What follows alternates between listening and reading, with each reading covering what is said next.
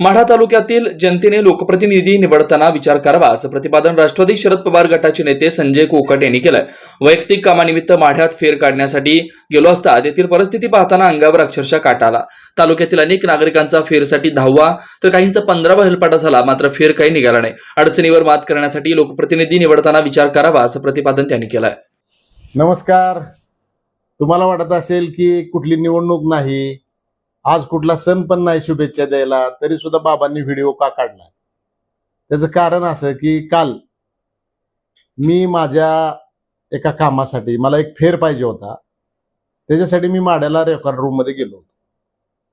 गेले महिनाभर माझी माणसं जाऊन त्या ठिकाणी शोधून शोधून शोधून आली, पण तो फेर काय सापडत नव्हता। मी विचार केला, मी वायजी सरांना सांगितलं, सर आज सगळं सोडूया आणि आपण रेकॉर्ड रूमला जाऊया। आणि विठ्ठल आबा मस्के, मी आणि वायजी सर आम्ही माड्याला गेलो।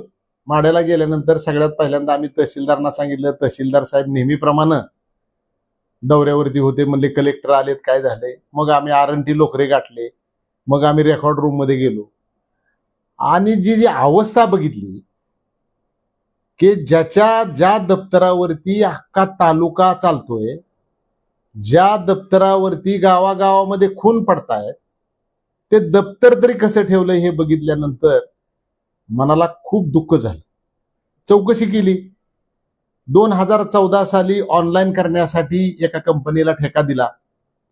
त्यांनी बाइंडिंग केलेल्या पुस्तकातली पानं फाडून फाडून फाडून फाडून त्याचं स्कॅन केलं। स्कॅन केल्यानंतर पुन्हा ती बाइंडिंग करणं गरजेचे होते, ती बाइंडिंग केली नाही ती, आणि स्कॅनही व्यवस्थित झालेला नाही, कुठलाही फेरफार ऑनलाईन दिसत नाही। मग चौकशी केली, काय झालं? 2014चा ठेकेदार त्यांनी अजून काम केलं नाही। मग आपल्या लोकप्रतिनिधींनी या विषयामध्ये गेल्या 10 वर्षामध्ये काय केलं? खरं तर त्या ठिकाणी जर बघितलं तर गावोगावची लोक यायची, तुझा कितवा हेलपाटा? माझा 10वा हेलपाटा। तुझा कितवा हेलपाटा? माझा 15वा हेलपाटा। आणि तिथं अक्षरशः असल्या उन्हामध्ये त्या तहसील ऑफिसमध्ये पिण्याचं पाणी सुद्धा नव्हतं। लोक असे झुंडच्या झुंड त्या रेकॉर्ड रूमच्या समोर, आमच्या अर्जाचं काय झालं? आमच्या अर्जाचं काय झालं? आता मला सांगा की जर आपल्या प्रॉपर्टीचं, आपल्या ह्याचं रेकॉर्ड जर नीट राहिलं नसेल तर त्याला जबाबदार कोण आहे? एकतर तहसीलदार, त्यांनी रिपोर्टिंग केलं पाहिजे, त्यांनी लोकप्रतिनिधीला सांगितलं पाहिजे। त्याचं काय 2 वर्ष झाली की गेला बदलून तो। परंतु 30 वर्ष या तालुक्यामध्ये राज्य करणारे आपले आमदार बबनराव शिंदे हे नेहमी सांगतात, जे केलंय ते मी केलंय आणि जे राहिले ते पण मीच करणार आहे।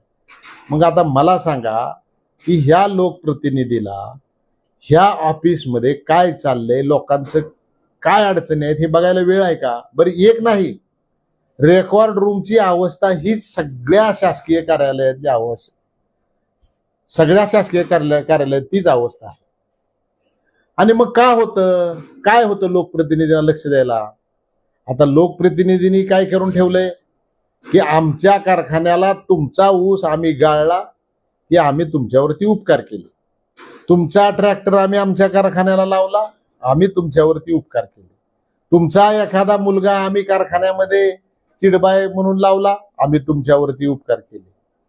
मला तुम्हाला ह्यातनं काय सुचवायचंय, आणि मी तुम्हाला गेल्या अनेक दिवसापासून काय सांगतोय की माझ्यासारख्या माणसाला आज 4 तास तिथं जाऊन सगळं दप्तर उलतं पालतं करायला लागलं तरी सुद्धा तो फेर सापडला नाही।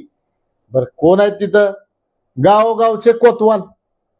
त्या एक महिला भगिनी बिचारी, तिला लोक ऐकत नाहीत, त्या ठिकाणी कर्मचारी नाहीत, त्या ठिकाणी गावगावचे कोतवाल आणून ठेवलेत। कसं होणार ह्या तालुक्याचं? कसं होणार ह्या तालुक्यातल्या लोकांच्या विश्वासार्हतेचं, त्यांच्या प्रॉपर्टीचं? त्यामुळं माझी तुम्हाला एक कळकळीची विनंती आहे की यापुढं निदान झालं हे झालं, यापुढं निदान तालुक्याचा आमदार हा कारखानदार, शिक्षण सम्राट, कॉन्ट्रॅक्टर नसावा, एका माणसाला एकच काम असावं। आणि म्हणून तुम्हाला सांगतो, ह्या प्रॉपर्टी कार्डचं बघून मला असं वाटतंय की तुम्ही आता विचार करा की शिक्षण असेल, आरोग्य असेल, रस्त्याच्या बाबतीमध्ये असेल, जसं रस्त्याला कमिशन घेतलं जातं तसंच त्या कॉन्ट्रॅक्टरकडनं 2014 साली कमिशन घेतलंय का ह्याचे सुद्धा आपण बघितलं पाहिजे. माझी माढा तालुका माढा विधानसभा मतदारसंघातील जनतेला कळकळीची विनंती आहे की मी असे व्हिडिओ जसे मला अनुभव येतील तसे वारंवार टाकतच जाणार आहे, पण तुम्ही ह्याचा विचार करा. नुसतं ऐकून फेसबुक लाईव्ह येतोय व्हिडिओ काढतोय असं म्हणू नका. एवढीच माझी कळकळीची विनंती आहे आणि तुमच्या हे डोक्यात जाईल अशी शंभू महादेव चरणी प्रार्थना करतो. Shri Markandeya butterfly garden Montessori English medium school play group ते 4थी पर्यंत सीबीएसई पॅटर्नच्या शिक्षणासाठी आजच प्रवेश घ्या. मोबाईल क्रमांक 8668 34 49 79.